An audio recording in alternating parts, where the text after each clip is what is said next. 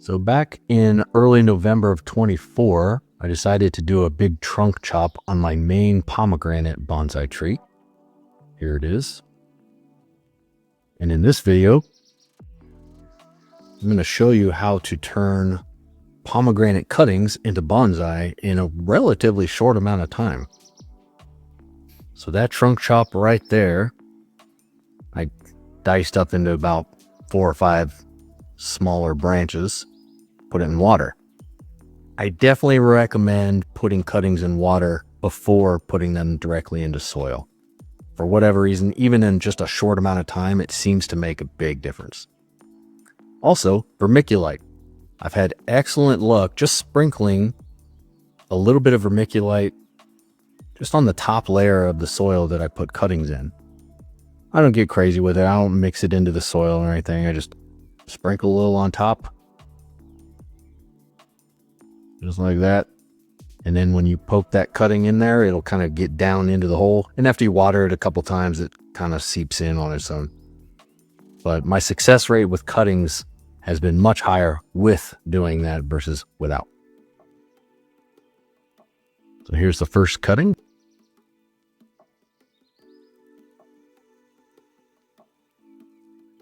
This is about 10 days after doing the trunk chop. And another, and another. And eventually I just ran out of cups there. So I stuck a bunch of them in smaller ones. Give it a good watering. And for sanity's sake, I label these just so I can remember and keep track.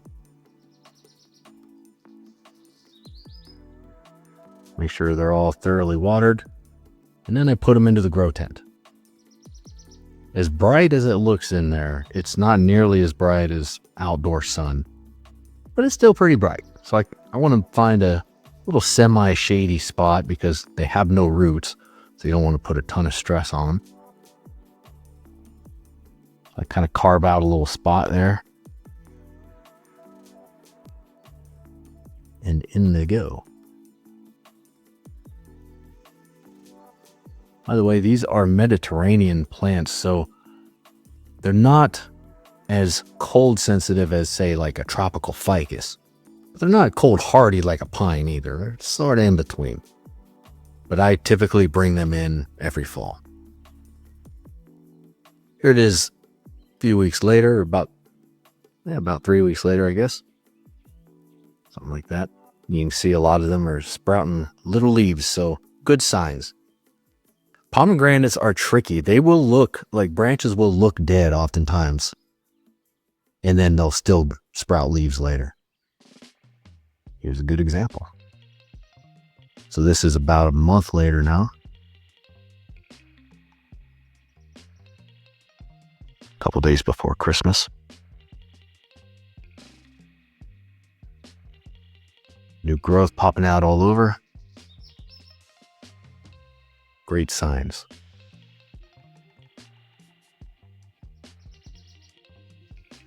You can do this really any time of year. I don't know if I'd recommend doing it in the middle of winter like I'm doing it here, unless you had a grow tent or a greenhouse of some type. But you could. If you had a bright room, then you could. That one's got good potential there. I like the movement. Still small, but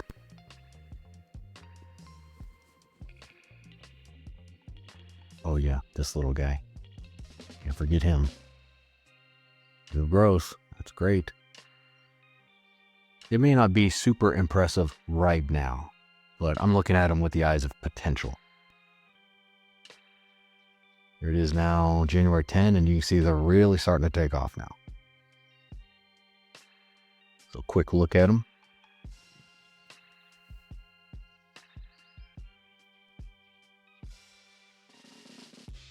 Looking good and healthy. And quick look at this one, the taller one.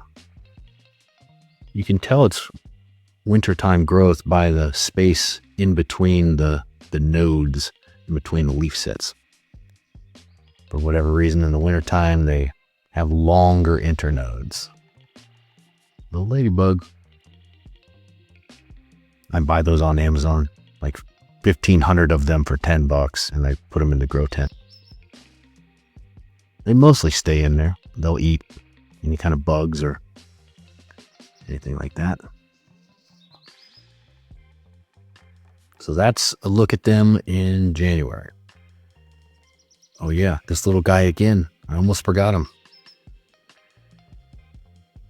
What I like about this little guy that I keep almost forgetting about is the movement on it. As it gets older and bigger, that movement will start to smooth out a little bit. There we go. The following month, look at that. These things have really taken off.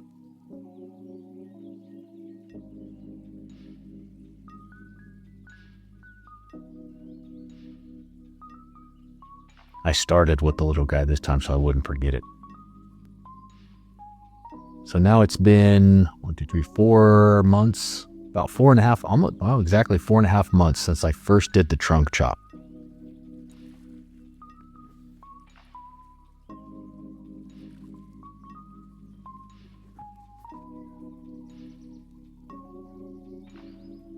So another quick status check. You'll be surprised how they turn out in the end.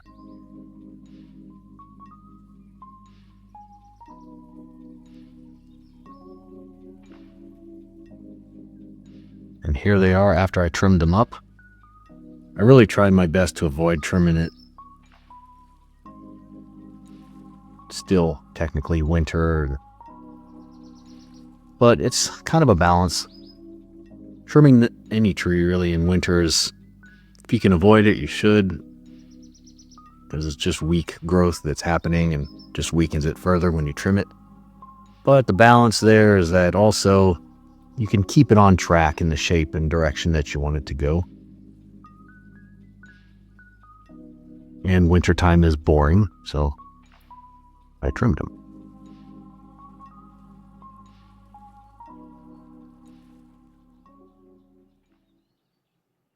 Fast forward into March, and already they've taken off again.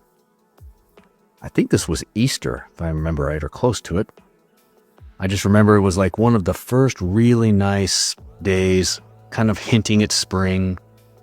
I couldn't help myself, so I brought them outside. I wanted to get them out of those styrofoam cups. I think it was just out of pots at the time, which is why I used those. Although they do work really well if you poke some holes in the bottom. But I wanted to get it out of those and into some regular training pots. But they're all doing great.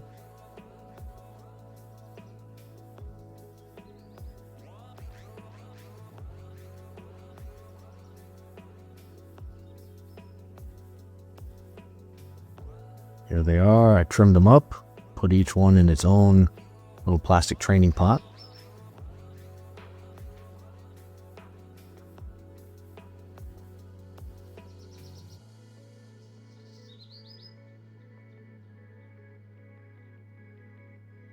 So it just kind of goes to show that pomegranates will root easily from cuttings, relatively speaking.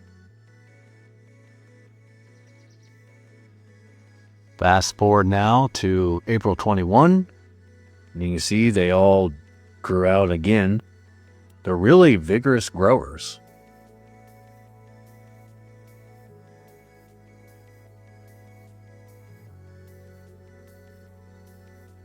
Each one is looking good and healthy. And for anybody who maybe has not had one before or doesn't know, they also grow these really bright red flowers toward the end of summer, mid to end summer. And if, a hummingbird or a bee pollinates those flowers, they actually turn into fruit. I've had some actual pomegranate fruit grow on the trees before. These just little bonsais. Didn't try to eat it, but I suppose I could have.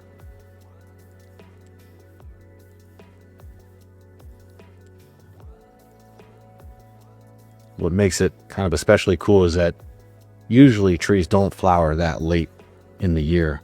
So it's like one of the only ones to grow flowers late in the summer. So it's kind of nice. And it's really contrast red with the green. And then fast forward now, skipped May and just looking at mid-June. And as you can see, they've grown out quite a bit and the growth is a lot different in the summer. Very thick and full and kind of bushy even.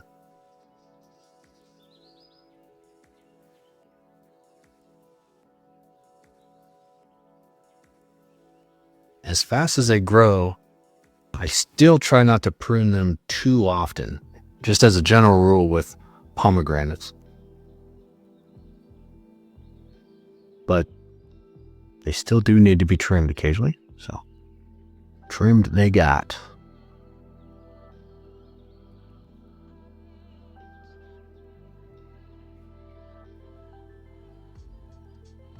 That one I really got my eye on. I haven't decided at that point what I was going to do with them yet, but it doesn't take me too long to figure it out. Skipping July, going to August 1st, you can see they've bushed out again. And this is why I still trim them, even though I shouldn't trim them too often, is because it just keeps them in shape like this. Otherwise, they can go off in different directions, and they like to grow inward sometimes. They'll sprout 3 or 4 branches from one spot, so it's important to still trim them. It's just a balance, and you'll figure out the right timing in your area and your style of everything.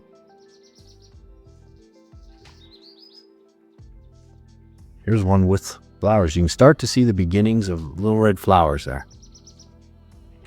Once I focus in, that was I think the little guy that I kept forgetting in the beginning. I don't know, it's kind of hard to keep track after a while. There's some of those red flowers. It's hard to say why sometimes they decide to and others don't, and I don't know. I trimmed it up again. Such cool movement on these.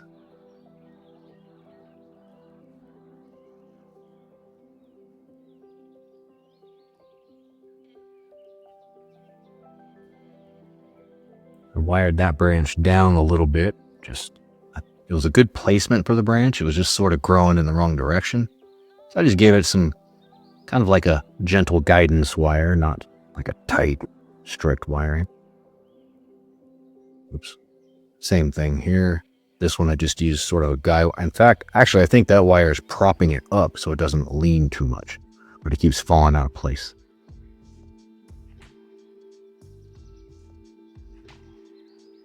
But at this point, I'm starting to think about what do I want to do with these. They're still too small for the most part for bonsai, a regular bonsai pot. But a couple of them at least are looking really good. I want to do something with them. I think they deserve better. So I find these little pots. And I chose these 3 trees to start with. The middle one is just a pot that I put it in, just to slip the training pot right in there. So not much to do there. But these other ones, I drilled some holes using a mason bit. I drilled some holes in there, and I'm going to put them in there. Unfortunately, I lost the footage where I did that, and I just got the footage when it was done. But there really wasn't much to see. You don't have to train the roots in the same way on those taller pots like you do the shallow ones, so not much to it. But I really think that they fit the pots perfectly. I'm not trying to overhype them, but for their size and shape, I just think the pots were a perfect fit. I'm really happy with how they turned out.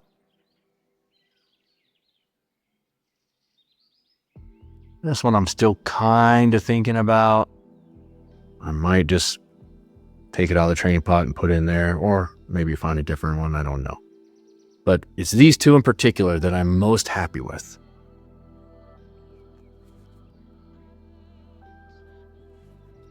And here they are in their final form. Let me know what you think about pomegranates. I've heard different opinions on them. They're, I would say, not high maintenance, but also not low maintenance. They're sort of medium maintenance. But the payoff sure is good, especially when they flower. I think this one is my favorite. Of all the cuttings that we just looked at, this one ends up being my favorite. But thank you for watching. Leave me some comments and don't forget to like and subscribe. Have a good rest of your day.